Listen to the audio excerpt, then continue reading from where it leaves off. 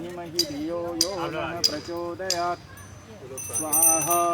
ओम भूर्भुवः स्वः तस्सवितुर्वरेण्यं भर्गो देवस्य धीमहि धियो यो नः प्रचोदयात् स्वाहा। ओम भूर्भुवः स्वः तस्सवितुर्वरेण्यं भर्गो देवस्य धीमहि धियो यो नः प्रचोदयात् स्वाहा।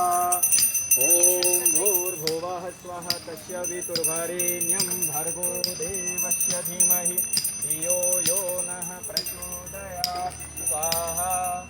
ओम भूर्भुवः स्वः तस्सवितुर्वरेण्यं भर्गो देवस्य धीमहि धियो यो नः प्रचोदयात् स्वाहा।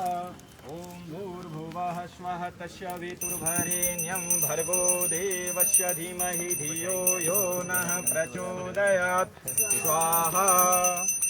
ओम गुरु ब्रह्मा गुरु विष्णु गुरुदेवः महेश्वरा।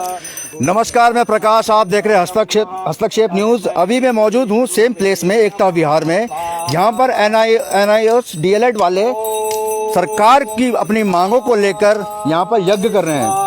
आप देख सकते हैं मेरे पीछे लाइव तस्वीरें चल रही हैं कि ये यज्ञ कर रहे हैं यहाँ पर, क्योंकि सरकार ने इनकी मांगे मानी नहीं, इस वजह से इनको यज्ञ करना पड़ रहा है।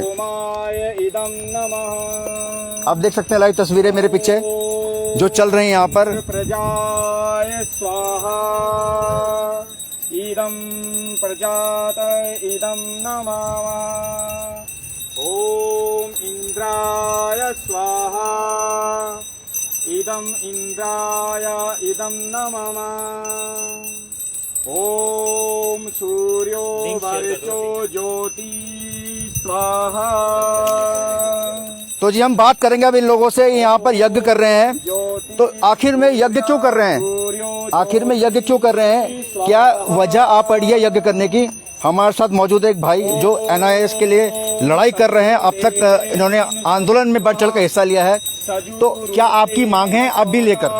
जी, हमारी यही मांग है कि हम NIOS DLED वालों को प्राइमरी शिक्षक भर्ती 2020 में शामिल किया जाए। सरकार से यही गुजारिश है कि हमारी एक ही मांग है, हमें प्राइमरी शिक्षक भर्ती में शामिल किया जाए। जो सरकार जो है अभी तक संज्ञान में नहीं ले रही है इन चीज़ों को। हम लोगों ने 8 से 9 ज्ञापन उन्हें दे दिए हैं।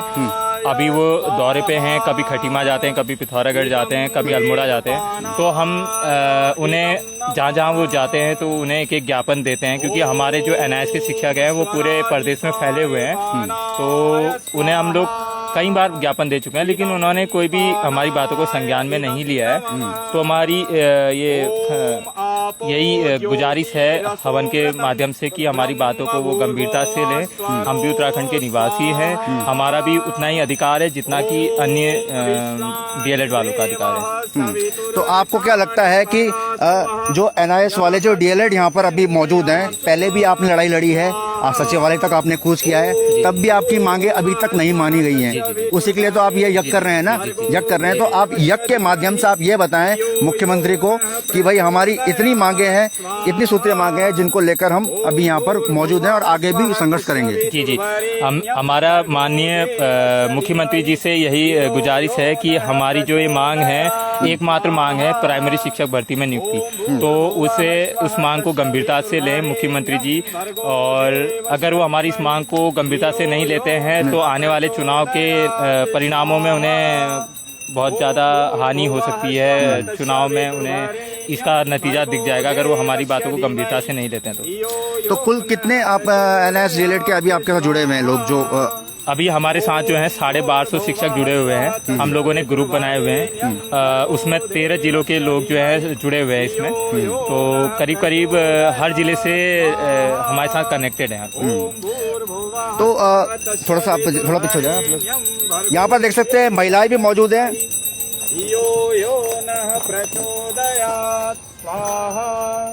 जी, आपकी मांगे जायज़ हैं, हम भी मानते हैं, लेकिन इतने सारे जो शिक्षक जो NIOS DLED जिन्होंने किया है, सारी चीज़ें क्लियर करके इतना पैसा लगा के उसके बाद भी सरकार आपको नहीं कर पा रही, तो आपको क्या लगता है सरकार का क्या रवैया आपके प्रति है? सरकार का रवैया हमारे प्रति साफ है कि वो अपना एकाधिकार होता है ना, कि वो अपनी मनमानी चलाना चाहती है। हमें वैलिड आप एक बात बताइए, संविधान के दायरे में रह के गवर्नमेंट कोई भी काम नहीं कर रही है।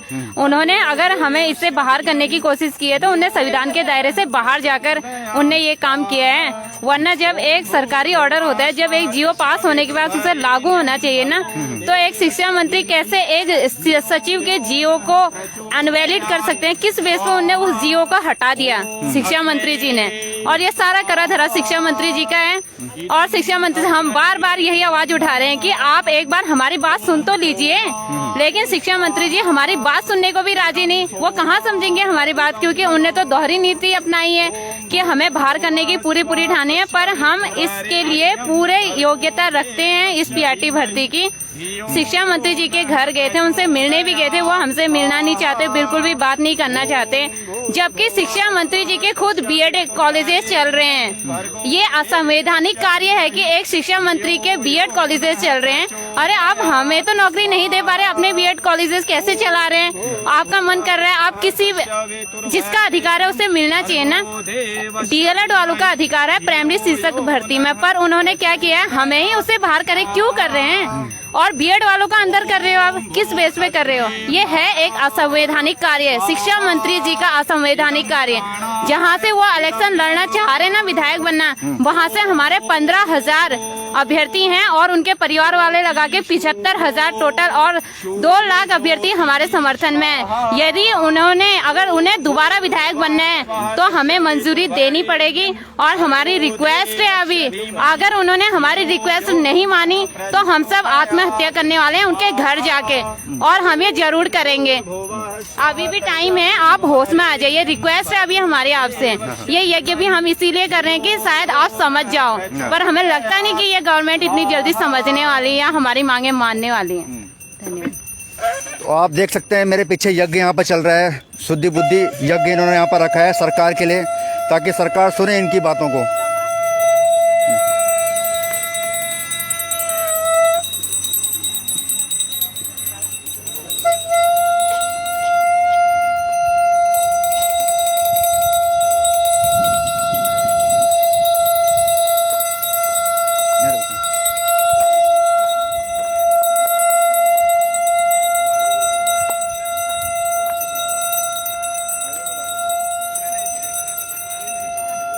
Sir please.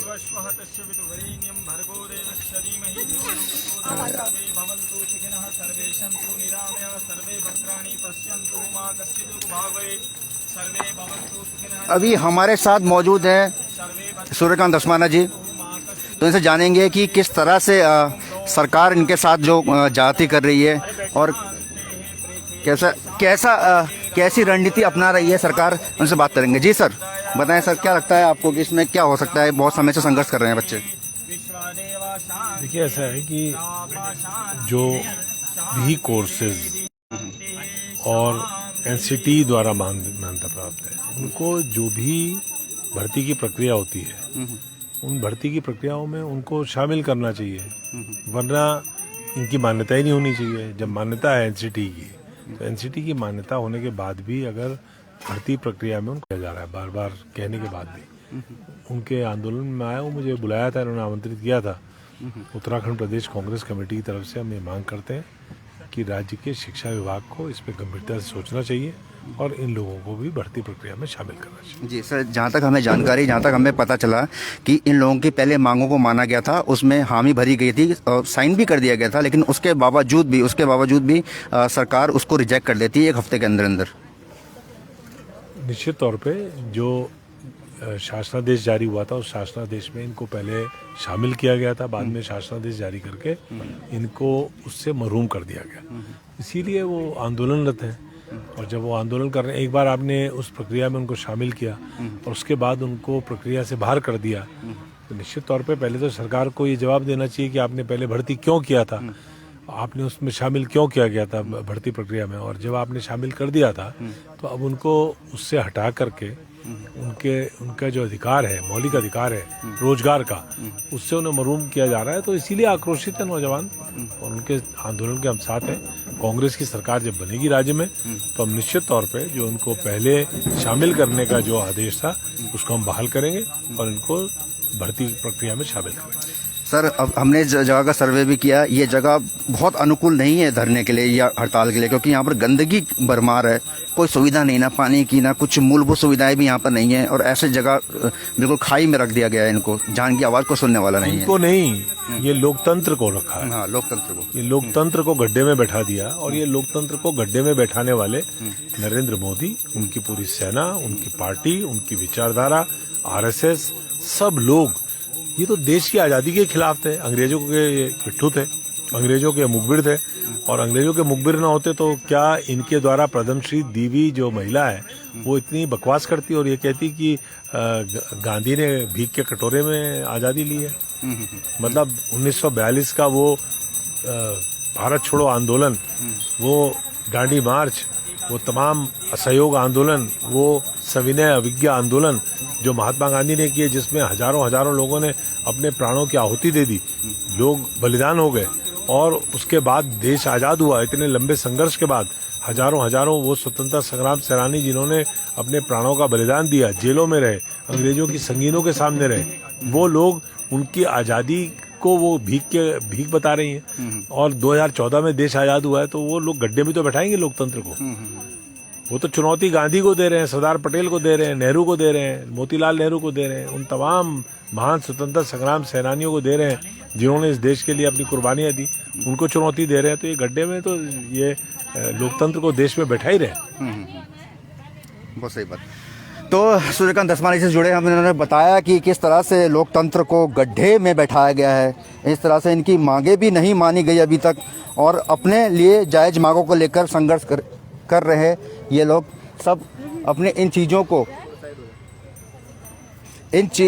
लेकर, जो इनकी मांगे हैं कि हमें समायोजित किया जाए, इसको लेकर ये अभी तक धरने पर बैठे हुए हैं। तो देखना बस यही होगा कि क्या इनकी मांगे मानी जाती हैं और किस तरह से ये धरना प्रदर्शन करते ही रहेंगे। अभी इन्होंने यज्ञ किया है, आगे और क्या हो सकती है। तो देखते रहिए हस्तक्षेप न्यूज़, ऐसे हम आपको आगे अपडेट रखेंगे।